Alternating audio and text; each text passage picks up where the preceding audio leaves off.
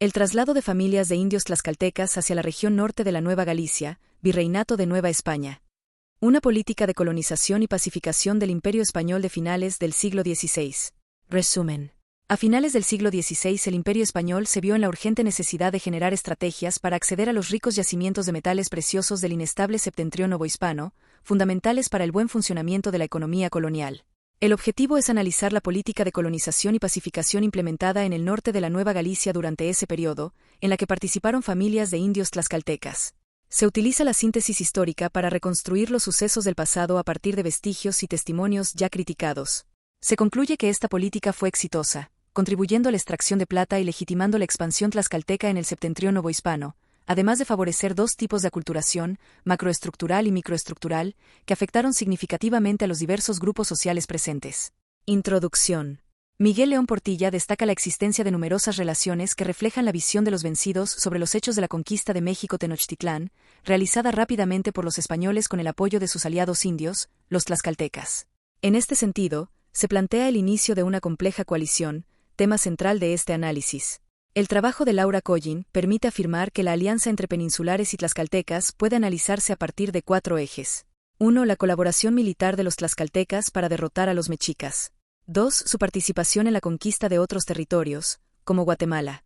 3. Su rol en la pacificación y colonización de las tierras chichimecas al norte. Y 4. El papel de las hijas de nobles tlaxcaltecas, entregadas como esposas a los conquistadores, lo que impulsó el inicio del mestizaje en el Nuevo Mundo. Investigar este episodio histórico es complejo, especialmente por la crisis generada por la Guerra Chichimeca 1549 a 1591 en una de las fronteras septentrionales de la monarquía española. Esta etapa estuvo marcada por la participación de milicianos, caudillos y capitanes hispanos, quienes aprovecharon el conflicto para obtener recompensas monetarias y esclavos chichimecas, ascendiendo socialmente en consonancia con antiguas tradiciones castellanas que consideraban la guerra como un gran servicio al monarca para la expansión de sus dominios.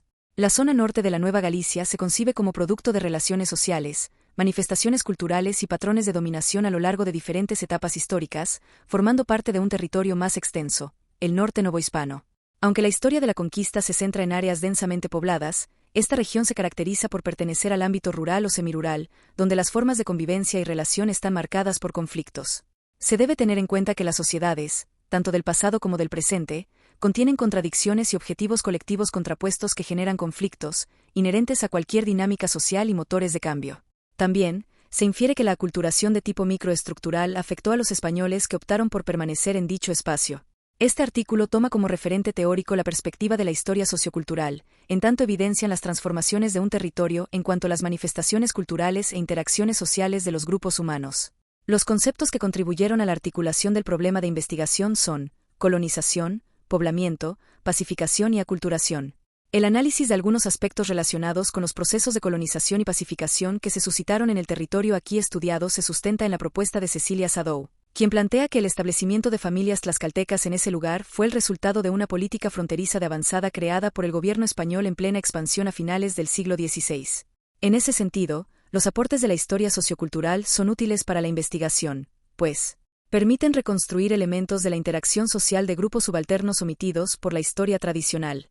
Las contribuciones del historiador británico Peter Burke resultan clave para el estudio, ya que facilitan indagar y demostrar los vínculos entre las pequeñas comunidades y las tendencias macrohistóricas, profundizando en la construcción de una historia desde abajo, de la gente común y de su experiencia en el cambio social. Por lo anterior, el método utilizado en este trabajo es la síntesis histórica, el cual aporta elementos para reconstruir los sucesos del pasado a partir de vestigios y testimonios ya criticados. Así, se comienza con una idea general, un contexto afectado por factores externos e internos, en este caso, la Guerra Chichimeca, de 1550 a 1590, provocada por la necesidad del Estado español de expandir sus fronteras hacia el norte en busca de explotar los ricos yacimientos de oro y plata allí presentes, metales de gran valor para la comercialización de mercancías a nivel mundial, lo cual permitió que España se destacase como uno de los imperios más importantes y poderosos de la época. La propuesta de este trabajo se divide en 3 apartados. El primero da cuenta de cómo, a finales del siglo XVI, el poder colonial se vio en la necesidad de expandir sus fronteras hacia el septentrión novohispano con el afán de extraer metales preciosos localizados en la zona conocida como la Gran Chichimeca. Dicho territorio estaba habitado por grupos indios, conocidos en la época colonial de forma general como chichimecas, cuyas características principales eran ser nómadas o seminómadas, lo que provocó un conflicto con los españoles a lo largo de más de 40 años, de 1550 a 1590, debido a la fuerte resistencia de los indios locales para no ser despojados de sus tierras. Asimismo, se analiza el proceso de gestación y consolidación de una política de colonización y pacificación en la región mediante el traslado de un grupo de familias de indios tlaxcaltecas del centro del virreinato a finales del siglo XVI. El segundo apartado examina los aspectos que condujeron a que dicha medida fuera exitosa, ya que contribuyó a la pacificación y colonización del norte neogallego, además de legitimar la expansión tlaxcalteca en el norte novohispano. También se analiza cómo esta medida favoreció la generación de un interesante proceso de aculturación que afectó al conjunto de grupos sociales que coincidieron en ese espacio.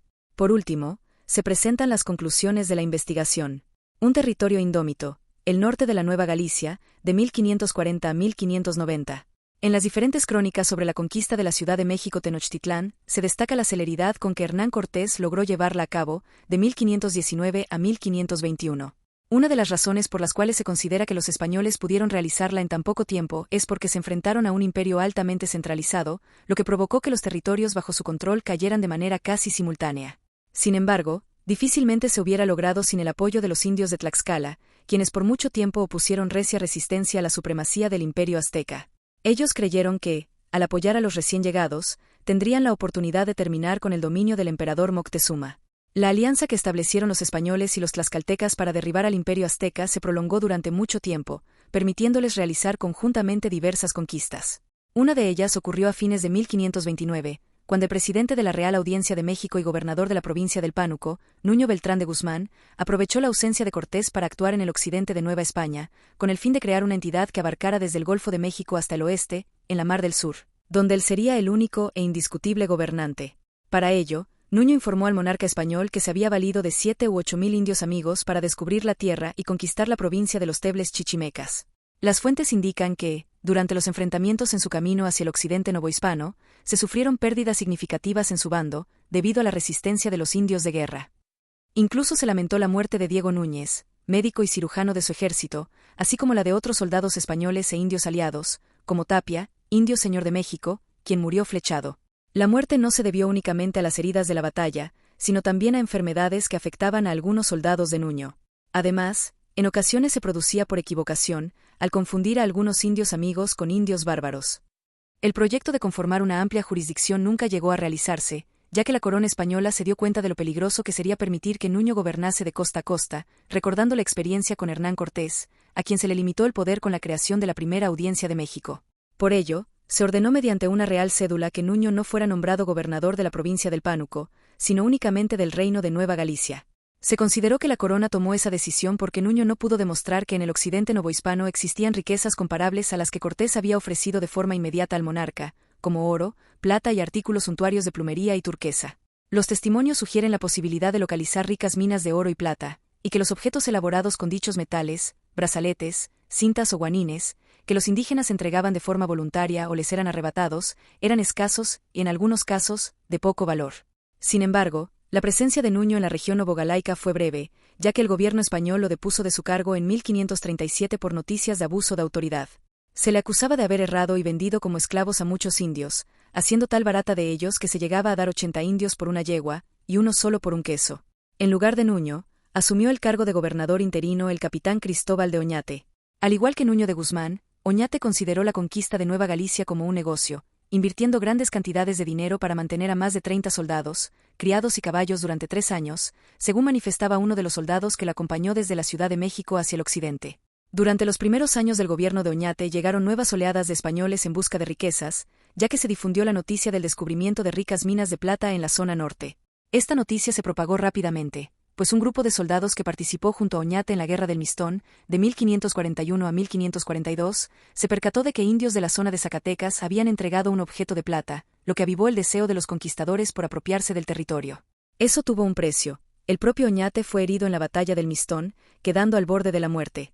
Para su recuperación, tuvo que traer a Guadalajara, desde la Ciudad de México, a un médico de apellido Núñez, a quien se le entregó una considerable cantidad de pesos oro por sus servicios. Para 1540, la mayoría de los pueblos de lo que hoy es el norte del estado de Jalisco estaban pacificados y eran doctrinas franciscanas, pero incluso ellos recibieron noticias de indios mensajeros de la Sierra de Tepec, conocida también como Sierra de Bolaños, sobre el maltrato que sufrían sus hermanos en otras regiones, por lo que decidieron alejarse de los religiosos y volver a ser libres. Los indios sublevados comenzaron a atacar cualquier poblado pacífico, incluida la errante Guadalajara. En un principio, la balanza se inclinó a favor de los chichimecas, quienes vieron muy próxima su victoria sobre los españoles, ya que conocían mejor el terreno. Sin embargo, la superioridad bélica de los españoles superaba ampliamente a la de los indios sublevados. La guerra del Mistón dejó una huella indeleble en la memoria de los grupos beligerantes, de modo que el temor a futuros enfrentamientos entre los bandos nunca se desvaneció. En el norte novogalaico se encontraba parte de la región conocida durante el periodo colonial como la Gran Chichimeca, un vasto territorio habitado por grupos indios denominados chichimecas, que poseían una cultura distinta a la de los indios del centro del virreinato, pues se caracterizaban por ser cazadores-recolectores con un estilo de vida nómada o seminómada. Varios estudios señalan que la complejidad de la Gran Chichimeca radica precisamente en ese modo de vida, con todas las implicaciones de una constante movilidad. En ese sentido, el nomadismo chichimeca se puede describir como un vagabundeo errático, sin ruta preestablecida ni una idea clara de buscar un lugar definitivo para asentarse. Motivados por el hambre, la sed o el acoso de grupos rivales, los chichimecas se veían obligados a abandonar continuamente los sitios donde se establecían. En una existencia basada en la subsistencia básica, habitaban cuevas o formaciones rocosas que encontraban a su paso, donde podían protegerse mejor de las fieras y de los vientos helados. El extenso territorio por el que se desplazaban abarcaba la tierra semidesértica y agreste de la meseta del norte de México, que se extiende desde el suroeste de Estados Unidos hasta las regiones fértiles de la cuenca del Bajío mexicano.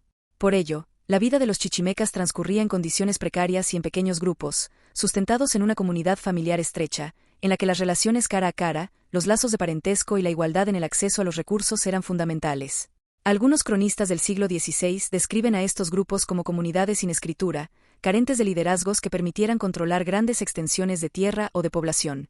Se trataba de sociedades con una estructura igualitaria en la que cada varón tenía acceso libre a los recursos económicos y a las fuentes de subsistencia. Estos fueron los grupos con los que se encontraron los españoles al arribar a la zona norte en busca de metales preciosos durante la segunda mitad del siglo XVI. La búsqueda se vio ampliamente recompensada, pues se descubrieron ricos yacimientos de oro y plata en el subsuelo, lo que llevó a los conquistadores a expulsar a los indios chichimecas, quienes ofrecieron una fuerte resistencia. El descubrimiento de ricas minas de plata en 1546, en lo que sería la ciudad de Zacatecas, por parte de una expedición liderada por Juan de Tolosa, originó un nuevo conflicto entre chichimecas y europeos a partir de 1550, a causa del despojo de tierras perpetrado en la avanzada española. A pesar de que Zacatecas formaba parte de la Gran Chichimeca y de los riesgos que ello implicaba, la ambición por la riqueza fue mayor y los españoles no se detuvieron en su avance hacia la zona. El éxito de las minas fue tal que, en pocos años, Zacatecas adquirió el aspecto de un pueblo próspero y con gran actividad comercial, lo que agudizó aún más los conflictos entre chichimecas y españoles. Numerosos mineros, rancheros y colonos se trasladaron a la región, dando lugar a la fundación de varios poblados mineros y ranchos aislados, que se convirtieron en blancos tentadores para los chichimecas.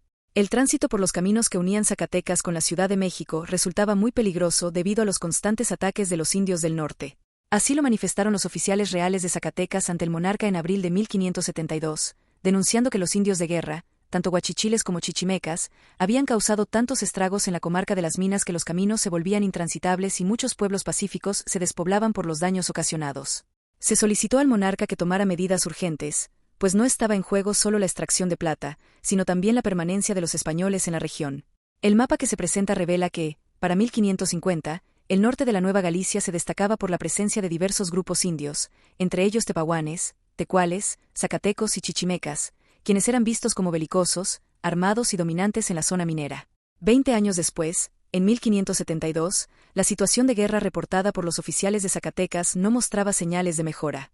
La cristianización fue la medida adoptada por la corona para tratar de apaciguar a los indios bárbaros, labor desempeñada por los frailes franciscanos en los pocos conventos establecidos en las tierras arrebatadas a los chichimecas, como en el convento de Juchipila, en Zacatecas. Sin embargo, las congregaciones franciscanas tuvieron poco efecto, ya que los ataques de los chichimecas se intensificaron considerablemente, aumentando los robos y los asesinatos en varias zonas de la región. Ante el poco éxito de estos frailes, el virrey conde de Monterrey sugirió al rey de España en 1572 comisionar a la Compañía de Jesús la conversión de los bárbaros, argumentando que esos padres, en su parecer, eran buenos en religión y letras, lo que representaba una ventaja frente a los de San Francisco, especialmente por su habilidad para aprender lenguas tan complicadas como la de los tepecua, guachichiles y de los pamí. Sin embargo, dicha propuesta quedó pendiente por el momento, y los franciscanos continuaron durante algún tiempo como los encargados de la evangelización de los indios pacificados. Luis González y González afirma que la unificación cultural de la región en Occidente fue obra de clérigos, franciscanos, dominicos, jesuitas, carmelitas y mercedarios. Estos hombres de hábito y sotana fueron los principales difusores del idioma español, lo que ocasionó la pérdida paulatina de 15 lenguas nativas originarias, entre ellas el pame, el zacateco y el huachichil. Las consecuencias de dicha pérdida son inconmensurables. En esa línea, Iturrió señala que cada lengua que se extingue restringe nuestro conocimiento del lenguaje, pues las lenguas particulares son el resultado de derivas históricas irrepetibles. La desaparición de una lengua es una pérdida irreparable, no solo para su comunidad hablante sino para toda la humanidad. La historia de la dominación española en los territorios novohispanos muestra que hubo destrucciones culturales irremediables, como en el caso de los grupos chichimecas, cuya cultura se vio muy afectada no tanto por la guerra, ya que muchos españoles también perecieron, sino por las prácticas que la nueva religión les impuso, como la imposición de la cruz y la adoración de un nuevo Dios. Desde el momento en que llegaron los franciscanos a estas tierras, se percataron de la capacidad e inteligencia de los indígenas. Por ello, decidieron que la evangelización de los naturales se llevaría a cabo mediante el auxilio de símbolos gráficos a los que los frailes atribuyeron efectos sobrenaturales, capaces de obrar milagros, y que por sí solos expresaban el significado y contenido de la nueva religión. Es decir, la imagen se consideraba el vehículo de todos los poderes y de todas las vivencias, según Serge Grusinski. Los españoles, y especialmente los clérigos, se propusieron combatir la idolatría no cristiana mediante la evangelización de los indios chichimecas pacificados y congregados en pueblos. Tal fue el caso de Fray Andrés Olmos, quien en 1556 informó al monarca español sobre el proceso de evangelización de un grupo de chichimecas en la región de Tamaulipas, relatando cómo un grupo de chichimecas cercano a un pueblo de Tamaulipas, al que había auxiliado durante 2 años, había comenzado a recibir la doctrina, sirviendo de ejemplo para otros, y que en ese mismo año se bautizaron los principales de ellos mientras los demás esperaban el bautismo, situación similar a la de muchos otros pueblos hacia la sierra. De esta manera, el desacoplamiento de lo que Jürgen Habermas denomina el mundo de la vida originario, chichimeca, se debió a la introducción de un nuevo mecanismo integral que, para consolidarse, debió institucionalizarse a través de estatus dominantes como los funcionarios, los terratenientes, los clérigos y los militares. Estos métodos y tácticas, promovidos insistentemente por las autoridades civiles y eclesiásticas, tenían como fin proteger y acceder a las zonas mineras, asegurando el abasto mediante el resguardo de sus caminos y su gente. Para ello, era necesario crear un clima de estabilidad en la frontera. Esa estabilidad se convirtió en una necesidad cubierta por el gobierno español mediante el diseño de una política de pacificación y colonización. Entre las estrategias se encontraba la participación de los indios tlaxcaltecas como difusores de la agricultura y de la vida sedentaria. El objetivo principal era lograr que los de Tlaxcala sirvieran de ejemplo a los llamados indios indómitos, para que aceptaran la religión católica, aprendieran a vivir de forma sedentaria y en paz, y adquirieran la costumbre de sembrar la tierra utilizando las técnicas y herramientas, como el arado y el azadón, que los españoles les habían proporcionado. En otras palabras, se pretendía que adoptaran los valores y rasgos culturales transmitidos por los europeos a los indios aliados y sus familias. Defensores y colonizadores de la frontera norte de Nueva Galicia.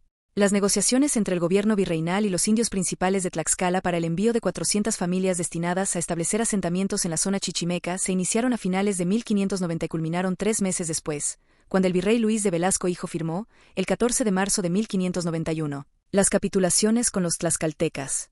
Dichas capitulaciones estipulaban que todos los indios que partieran de la ciudad de Tlaxcala para repoblar la región con los chichimecas, junto con sus descendientes, serían perpetuamente hidalgos, libres de tributo y servicio personal, que las tierras, pastos, montes, ríos, pesquerías, molinos y demás bienes se asignarían de forma individual y comunitaria sin posibilidad de despoblamiento, y que los indios principales de Tlaxcala que se trasladaran a la población podrían portar armas y andar a caballo sin pena, recibiendo además bastimento y ropa para el viaje. En la negociación para el otorgamiento de estas prerrogativas, desempeñaron un papel mediador destacado los frailes franciscanos de la provincia de Tlaxcala, especialmente Fray Jerónimo de Mendieta, guardián del convento de la ciudad de Tlaxcala.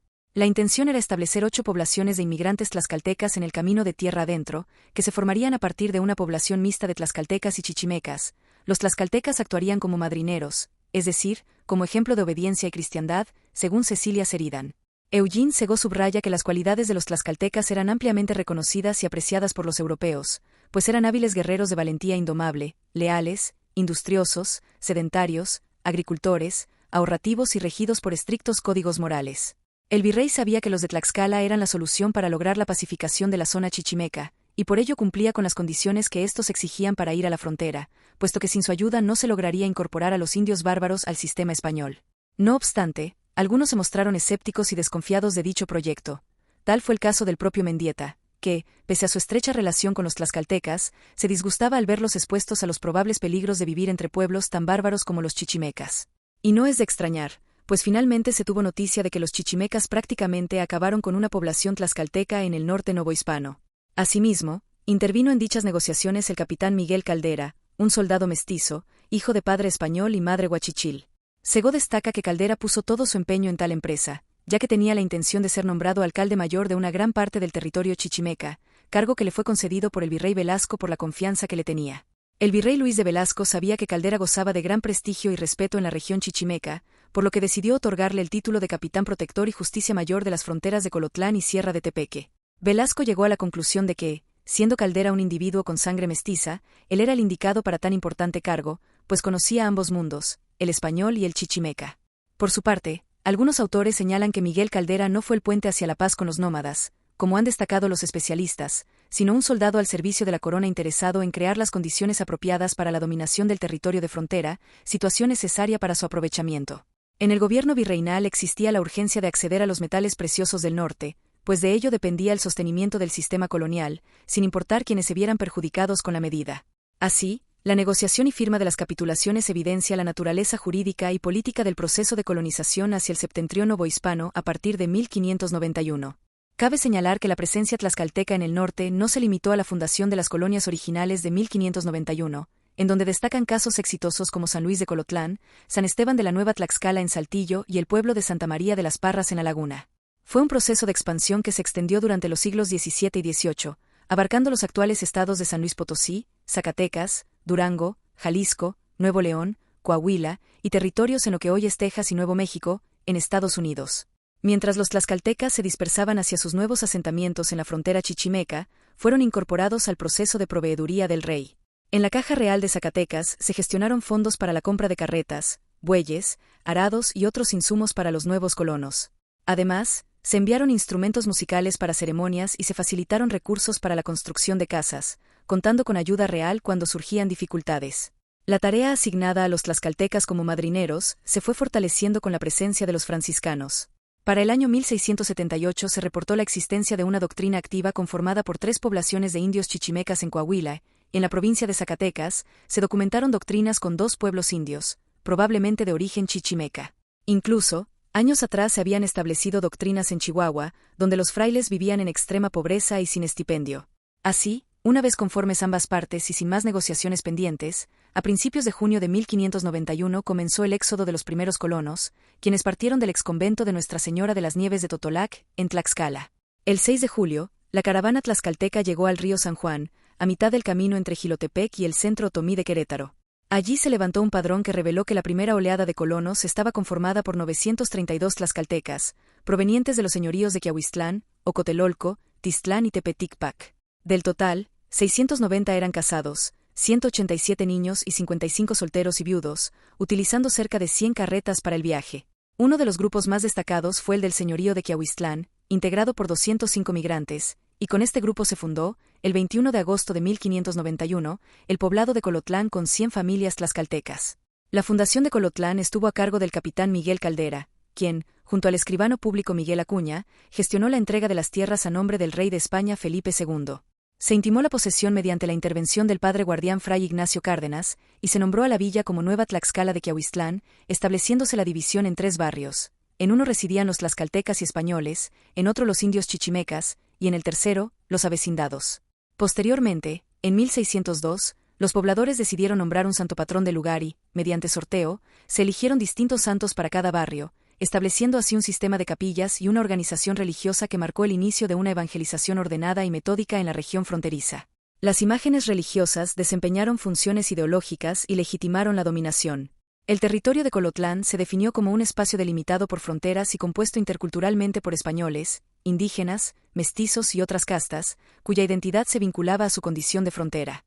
Institucionalmente, el gobierno de las fronteras de Colotlán fue producto de una política de avanzada, que buscaba establecer un control centralista y una separación jurídica de indígenas y españoles, limitando el poder tanto de los colonos como de las autoridades de la región.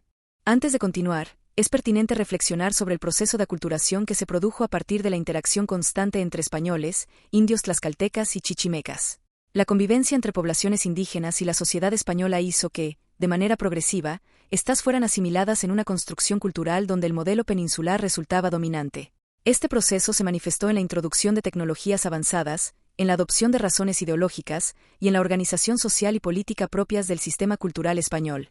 Se pueden identificar dos tipos de aculturación: la macroestructural, que afectó a los conquistadores y funcionarios y a la organización política, religiosa y socioeconómica de los tlaxcaltecas, y la microestructural, que incidió en las organizaciones socioculturales de base de las comunidades indígenas tlaxcaltecas y chichimecas, modificando los contenidos y valoraciones de roles y estatus. En este proceso, el papel de los franciscanos fue fundamental, pues, mediante la convivencia diaria con los indígenas, les enseñaron la religión y la lengua castellana, además de técnicas de labranza y construcción de iglesias para su adoctrinamiento. Los hijos de San Francisco, al continuar con la catequización de los colonos tlaxcaltecas, debieron aprender el náhuatl, lo que favoreció la conservación de esa lengua mediante la creación de un alfabeto y la elaboración de numerosos escritos sobre temas eclesiásticos, judiciales y agrarios. Así, al hacer uso de la cultura española, no renunciaban por completo a la propia, sino que se producían combinaciones y recombinaciones culturales permanentes. Con el tiempo, los indios tlaxcaltecas que poblaron la frontera norte de Nueva Galicia perdieron su lengua original, quedando como vestigio del náhuatl la toponimia de muchos pueblos del actual norte de Jalisco, aunque se conservaron vocablos de origen náhuatl en el habla cotidiana. De esta manera, el náhuatl no desapareció, sino que se integró y transformó en el universo del español.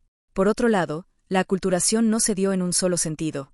Los españoles también fueron objeto de este proceso, especialmente en lo referente al consumo de alimentos y a la adaptación a nuevos lazos de dependencia económica y social. El proceso histórico de aculturación fue paralelo al mestizaje, en tanto que, inicialmente, fue más sencillo mestizar que aculturar. Los indios que optaron por incorporarse permanentemente a la economía española se hispanizaron poco a poco en el vestir, las costumbres y el idioma, y sus descendientes se integraron al grupo de los mestizos. Durante el trayecto desde Tlaxcala hacia el norte, las familias llevaron consigo árboles frutales, técnicas de obraje y producción textil. En la agricultura implementaron sistemas de riego, como acequias, canales y represas, cuyos rastros aún se pueden observar en la región. En cuanto a la alimentación, los españoles adoptaron el maíz y otros productos consumidos por las familias tlaxcaltecas e indios chichimecas pacificados, aunque nunca dejaron de buscar alimentos tradicionales de Castilla. Un español, Juan Huidobro, informó al rey que, a pesar de que Zacatecas era una tierra fría y seca, se cultivaban con éxito árboles de Castilla, como duraznos, membrillos, perales y manzanos, así como parras de uvas. Además, se producían trigo, hortalizas, y se criaba ganado mayor, ovejas, cabras y caballos, aprovechando la abundancia de pastos y extensos campos. En opinión de algunos autores, todo grupo inmigrante se empeña en reproducir las condiciones del lugar que deja, con solo los cambios impuestos por el nuevo medio ambiente. Así, de manera convergente y sin conflicto, los indios y los españoles mezclaron sus recursos culturales y humanos. Geográficamente, el territorio del gobierno de las fronteras de Colotlán se localizaba en el norte de la Nueva Galicia y lindaba al norte con Durango, extendiéndose hacia el sureste unos 190 km en un punto de intersección del río Bolaños. Sobre su eje este-oeste, el distrito alcanzaba un máximo de 105 kilómetros de ancho e integraba partes de 3 estados mexicanos actuales: el suroeste de Zacatecas, el sur de Durango y el norte de Jalisco. La sede del funcionario español al frente del territorio se ubicaba en el poblado de Colotlán. Este militar, en teoría, ostentaba poderes casi absolutos en materia política, administrativa, militar y judicial sobre los colotlecos, y ejecutaba sus funciones apoyándose en varios tenientes. El capitán protector tenía la obligación de velar por la defensa de la frontera y sus habitantes, entre ellos españoles, indios tlaxcaltecas y avecindados. Para ello, organizaba a la población masculina de cada pueblo colotleco, y en el caso de Colotlán, reunía a los hombres de los distintos barrios indígenas en una milicia de indios flecheros. El término colotleco no se refiere a una identidad étnica común ni a la ocupación compartida de un territorio, sino a un estatus sociopolítico otorgado a los indios fronterizos por su servicio militar en favor de la corona. En un principio, los colotlecos eran en su totalidad indios tlaxcaltecas, pero con el tiempo se incorporaron mestizos y mulatos que buscaban gozar de privilegios, generalmente porque provenían de situaciones de delincuencia o querían liberarse del tributo impuesto por los españoles. Esta situación generó conflictos entre las autoridades del centro del virreinato y las de la Nueva Galicia, ya que ambas se disputaban el control del territorio por las ventajas que representaba: acceso a mano de obra indígena para haciendas y minas, tierras fértiles, recursos naturales y minerales preciosos, además del fuero militar y el prestigio. Estos sucesos impulsaron cambios socioculturales en la región, y las reformas en las fronteras de Colotlán a finales del siglo XVIII buscaban hacer más eficiente el territorio.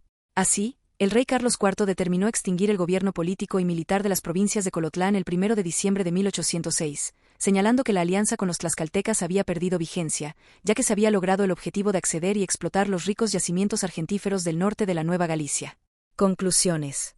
Los servicios prestados por los tlaxcaltecas durante la conquista de México Tenochtitlán fueron recompensados por la corona, otorgándoles prerrogativas como portar armas y montar a caballo, lo que evidencia el alto grado de confianza depositado en ellos y su lealtad durante casi todo el periodo colonial. La ambición por mayores riquezas impulsó a los españoles a adentrarse en el norte de la Nueva España, enfrentándose y sometiendo a los indios nómadas, los chichimecas, con el apoyo de sus aliados tlaxcaltecas. Se demuestra que la política de colonización y pacificación implementada a finales del siglo XVI permitió una expansión liderada por familias de indios tlaxcaltecas del centro de México hacia el norte novohispano. Esta política legalizó y legitimó la presencia tlaxcalteca en la región y propició dos tipos de aculturación: la macroestructural, que afectó la organización política, religiosa y socioeconómica de los tlaxcaltecas, principalmente conquistadores y funcionarios, y la microestructural, que incidió en los contenidos y valoraciones de los roles y estatus de las comunidades indígenas tlaxcaltecas y chichimecas. Además, se comprobó que la aculturación microestructural influyó también en los españoles que optaron por permanecer en la zona. Con el tiempo, las poblaciones de origen tlaxcalteca se incrementaron con la incorporación de otros grupos, como negros, mestizos y mulatos, que buscaban obtener los privilegios disfrutados por los tlaxcaltecas. Este mestizaje y la evolución natural del tiempo ocasionaron cambios en la cultura de los indios del norte, dejando una identidad marcada por la influencia de la migración tlaxcalteca. La herencia cultural se evidencia en la toponimia, en vocablos de origen náhuatl que perduran en el habla cotidiana y en las técnicas agrícolas, como los sistemas de riego, cuyos rastros son visibles hasta hoy. La presencia tlaxcalteca permanece no solo en el norte mexicano, sino también en poblaciones de la frontera sur de los Estados Unidos, lo que abre nuevas líneas de investigación sobre sus aportaciones a la cultura actual en el norte de México.